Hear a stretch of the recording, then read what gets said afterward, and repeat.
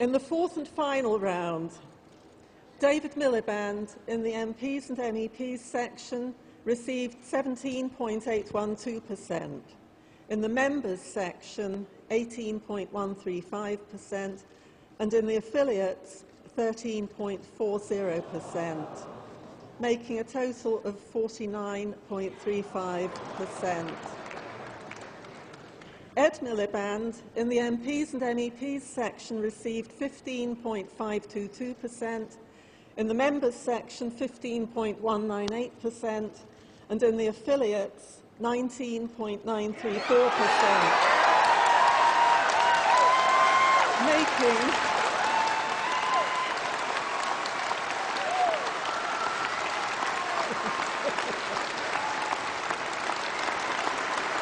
So Ed Miliband is the new leader of the Labour Party and the opposition. Ed Miliband is the new leader, but crucially, only thanks to the trade union section. David Miliband was ahead in the MP section, ahead in the members section. Ed Miliband was ahead sufficiently in the trade union section with just over 50% of the vote. His brother has just under 50% of the vote.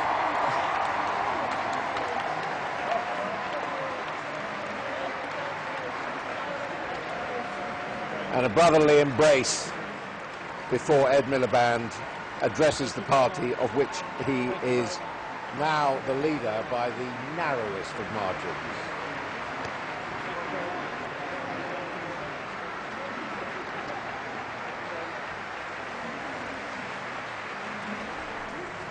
Thank you very much.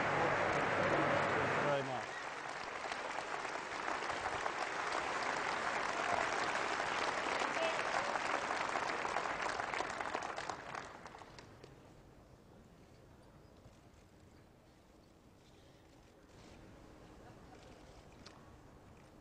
Conference, can I start by thanking you for the amazing honour that you have given me. I first joined this party at the age of 17. Never in my wildest imagination did I believe that I would one day lead this party.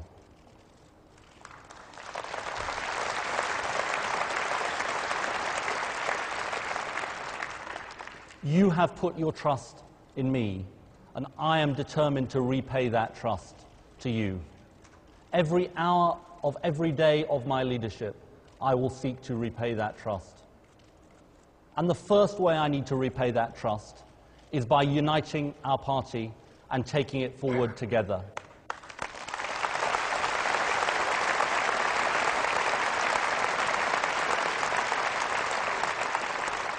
And I want to thank all of my fellow candidates, David, Diane, Ed, and Andy, for the outstanding job they did in this leadership contest and the outstanding amount they have to offer our party in the future.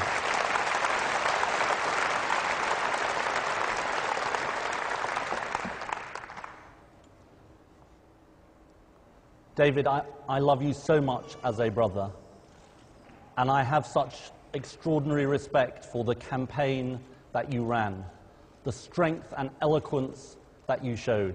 And you taught us the most important lesson, which is we can be a party that reaches out to the community, and we can also be a serious party of government again.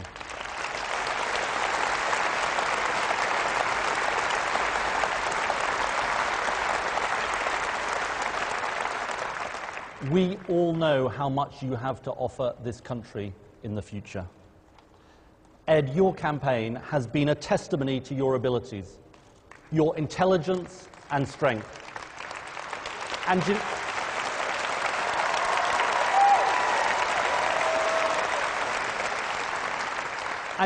you know what? Every Tory minister is quaking in their boots at the prospect of Ed Ball shadowing them after the job he's done on Michael Gove.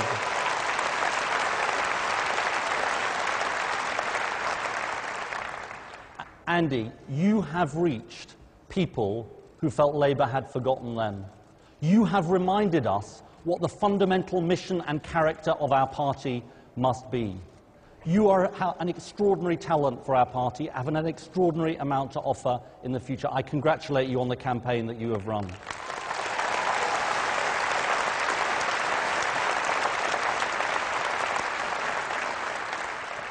And Diane, you were so right to run in this election.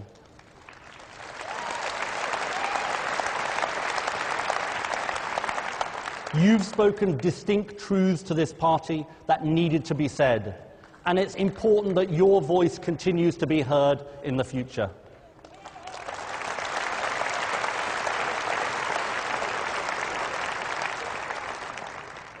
Let me also pay tribute to all the people who worked on my colleagues' campaigns, all the people who supported their campaigns.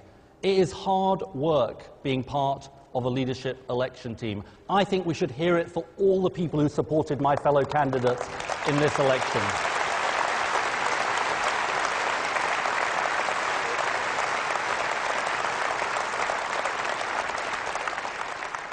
And I say this to you, I want to use your talents, whoever you supported in this election, to help our Labour Party. Today we draw a line under this contest and move forward united as a team.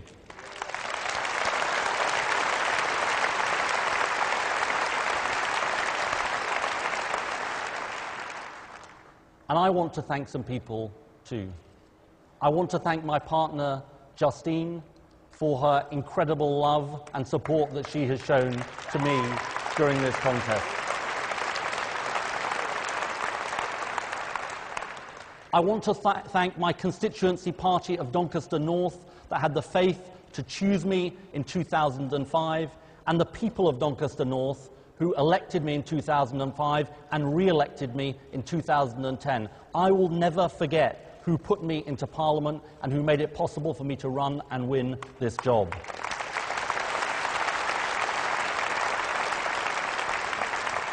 And I also want to thank the extraordinary group of volunteers who joined my campaign. Over 4,000 people up and down this country, many of them young people, many of them who hadn't been involved in politics for the first time. What I know most of all is that the Labour Party in the future must be a vehicle that doesn't just attract thousands of young people, but tens of thousands, hundreds of thousands of young people who see us as their voice in British politics today.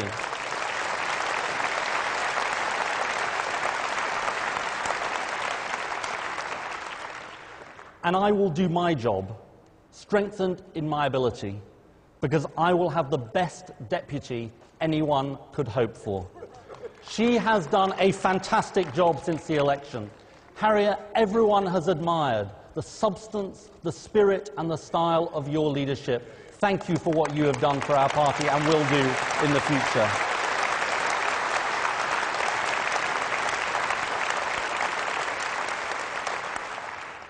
And I want to thank Gordon Brown, who spoke to us earlier. There are millions of people around this country and millions of people around the world who have better lives thanks to the work of Gordon Brown in government. There can be no better political legacy than that.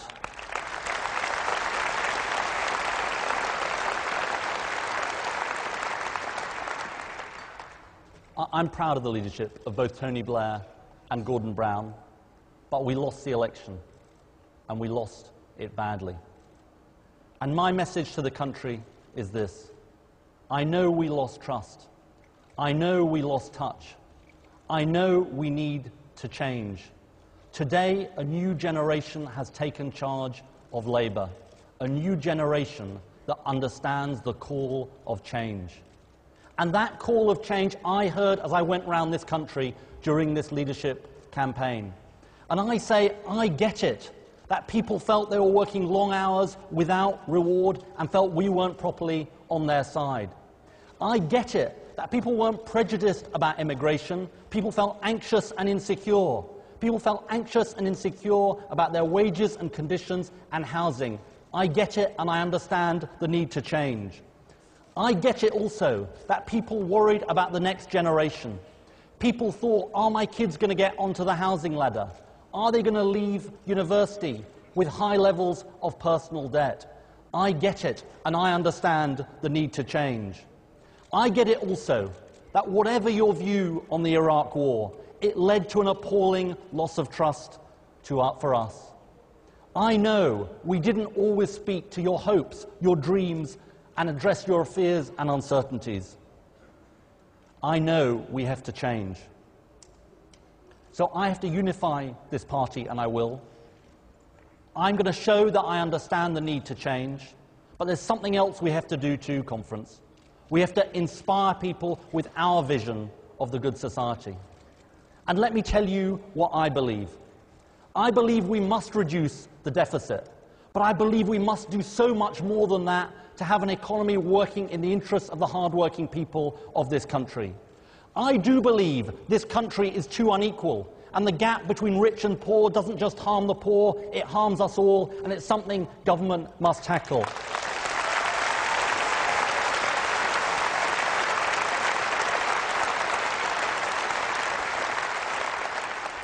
I do believe that there are too many people in this country locked out of opportunity by accident of birth or background. And I believe we must have a society that upholds and protects things beyond the bottom line. Family, community, time, the environment, all things that matter to us. I believe also we need a different type of politics in this country. And I will oppose this coalition government where they are doing the wrong thing, but I will support them when they are doing the right thing. That is responsible politics, and it is the politics people in this country want.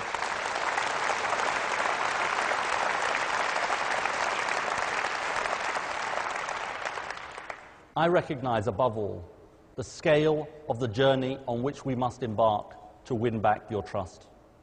I recognise it won't be easy, but be in no doubt, my leadership will be devoted to securing the opportunity for Labour to serve the country again. Not power for its own sake, but to make this country the more prosperous, more equal, more fair, just society we can be. I believe in Britain.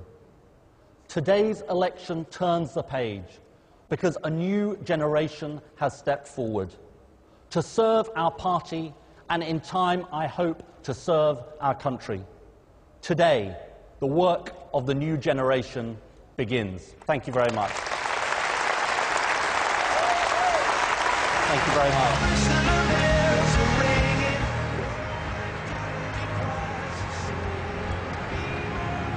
Well, well, well, what a surprise. The bookies were right yet again. They had said, as late as last night, that although all the money initially was on that man, Ed Miliband, that man, his brother, his younger brother, was more likely to take the Labour leadership crown. And so, it seems, he did, but only with the slightest of majorities, just over 1%, 1.3%. Had a good poker face, didn't he, David Miliband, when he came into the hall? He was all smiles, hiding behind the disbelief, I suppose, really. He really thought it was a shoo-in. He really thought that he was going to be the next leader of the Labour Party.